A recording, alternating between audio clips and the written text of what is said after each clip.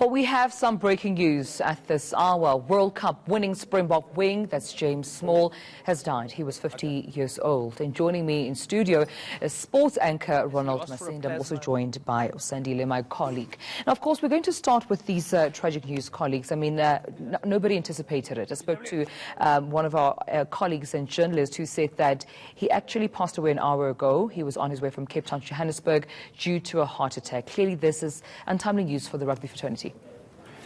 Indeed. Well, I mean, untimely news indeed. And on a day where we really are expecting joy and happiness with Bafana playing tonight, and all of a sudden, these breaking news, a player who was held in high regard by South Africans for his exploits during that 1995 Rugby World Cup, and dying at the age of 50. I mean, he's still young, he still has many years. Are you going with the? Are you doing the obit? To live, and hopefully it will be a tribute that many will also honour James Small, given that death. And for yourself, Hennie? Just seems like it's just that era. I mean, if you look at his teammates, guys like Ruben Kruger, they've also passed away. You look at people like Joos van der Westhuizen. In terms of his opponents, Jonah Lomo, people he played against, Jerry Collins, these are all Blacks legends. And of course, you know, the intertwined rivalry between South Africa and, of course, New Zealand. So it just seems as if that era of player is just coming to some sort of end. As, I don't know, as painful and as sad as it is. Indeed. And as Ronald said, it's supposed to be a joyous day for South Africans trying to celebrate the AFCON. There's a match against Nigeria, and this comes in. Right. Well, of course, we have to, on the line, speak to Hennie, of course, who's joining us. Hennie, thank you so much for your time. Let's talk about, of course, the legend that was James Small. I mean, you are a former Springbok teammate yourself. How was it like, playing with James? Oh, yeah, firstly, it's obviously we're all very deeply saddened by his passing, and it was such a privilege knowing James. You know, he was an enigma, but someone who was larger than life, and someone who lived life to the full.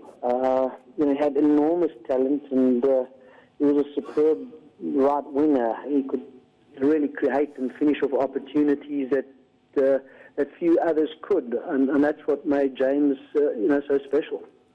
Hennie, Ronald here. I was the one who broke the news to you, unfortunately, earlier.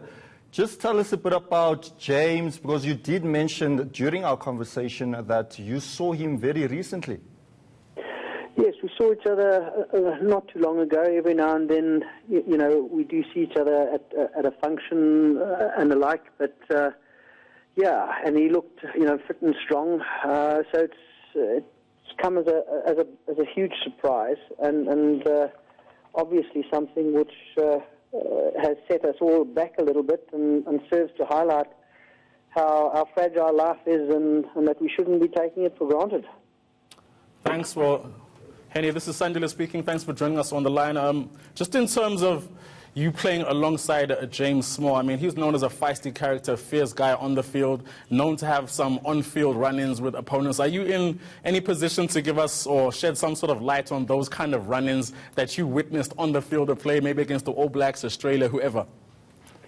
Oh, James is just James. He was, as I said, a very passionate individual, and he believed very much in playing for the jersey and playing and succeeding for his country, and that got his testosterone up, and, he always wanted to exceed and do the best for his country. And I think, it should be seen in that light as someone who really gave his all for the country. Yeah. And Hennie, I mean, James leaves behind, a beautiful family, a rugby association, federation, which absolutely adored him and especially respected his contribution. What legacy do you think he leaves behind? Well, yeah, I mean, James always had a large following of people interested in what he was up to and what he was doing, and he had a real love and passion for young kids and seeing them, develop and grow. And it was always nice to see him, spending time with young kids.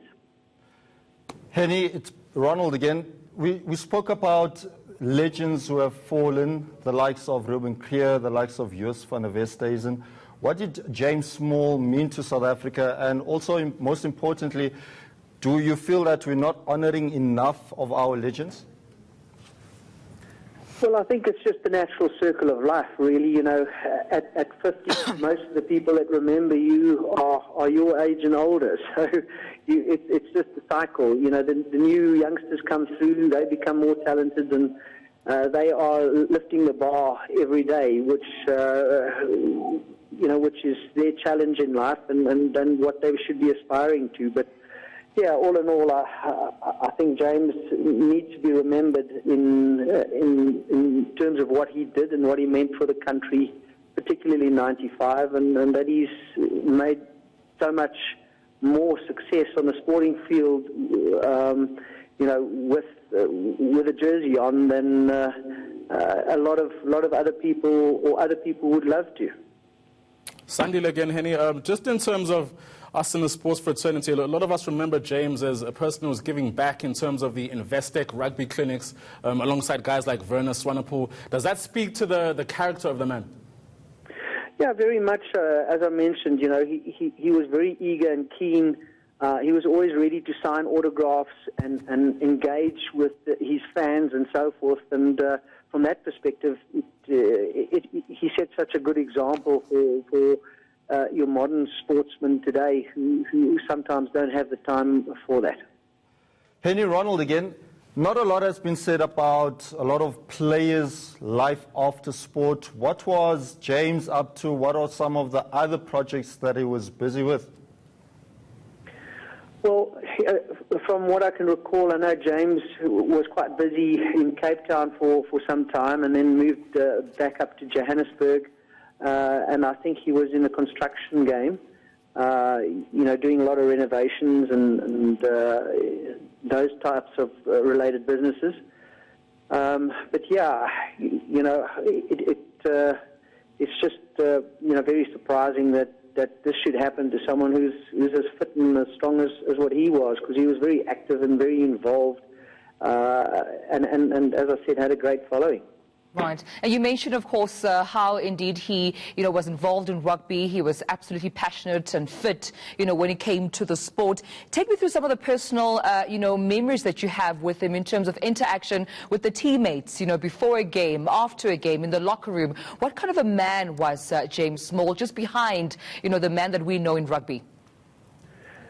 Yeah, James was interesting in the fact that he was, in some instances, a little bit of a loner, liked to follow his own mind. He was strong of will, strong of character, had his own thoughts and ideas on things, and I think a lot of the team, respected and understood that part of James.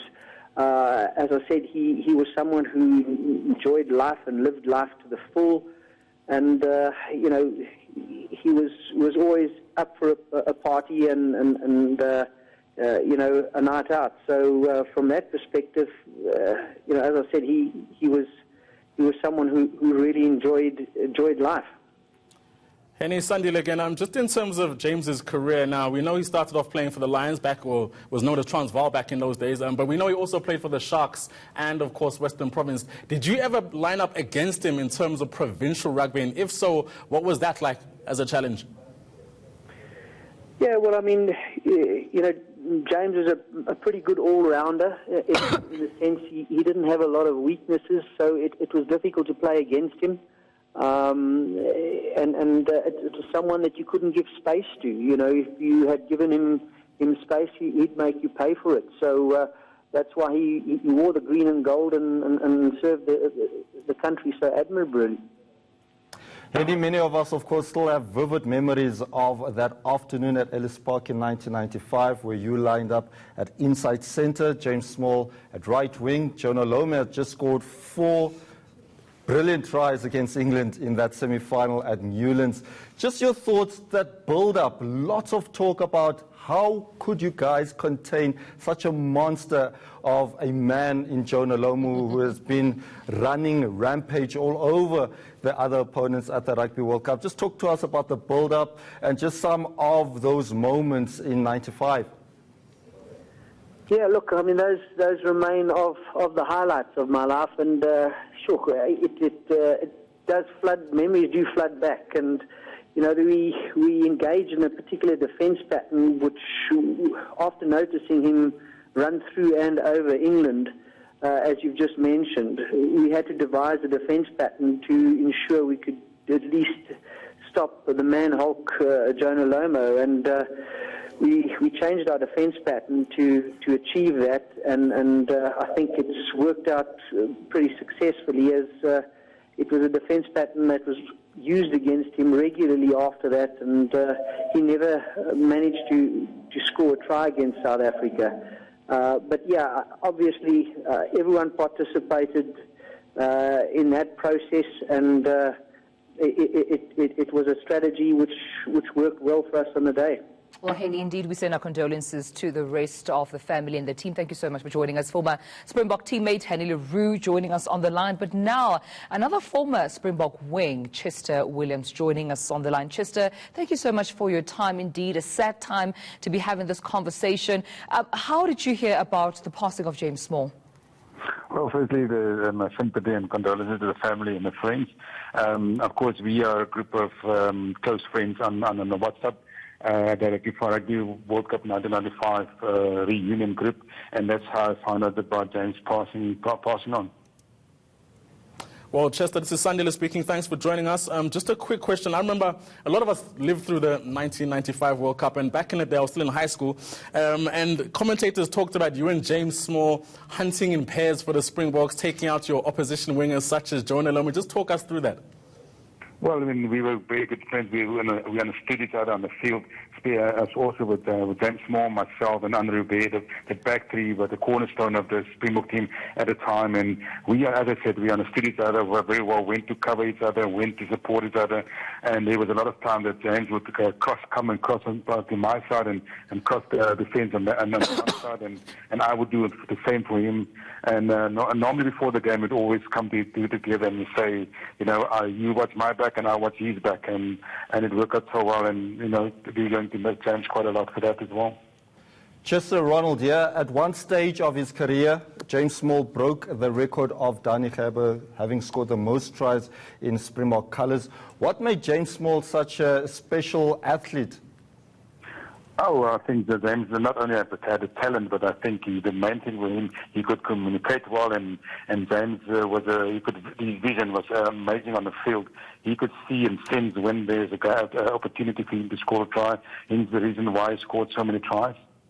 Indeed. Now, of course, when we spoke to James Small's mother, rather when our journalist spoke to her, she was distraught, absolutely. Have you had a chance to reach out to family, reach out to friends? You did mention that you are in the same WhatsApp group with James Small. Well, it's a very sensitive time for them now. It's probably better to leave the family at peace for a day or two before we as a Rugby World Cup team will get involved. And I think we will probably strategize as well how we can approach the family with our captain of the team, Franz Pina, and the rest of the group. Chester, Sandile again, I just wanted to get your thoughts in terms of playing against James Small as an opponent. We understand, you were teammates for the Springboks, lifted a World Cup trophy. What's it like playing against James Small as an opponent? Well, he was a difficult opponent, especially when he played for the Lions. I was with the Stormers at the time, and so yeah, it was difficult. And as I said, he not only had the talent, but he was a good communicator, and the way he was never in the same position where wing's supposed to be. So that makes it so difficult for James to be my opponent.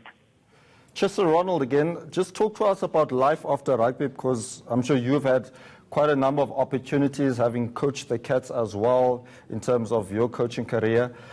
James, we barely heard much about him life after rugby. Was it a case of, was he not interested? Did he lose that passion?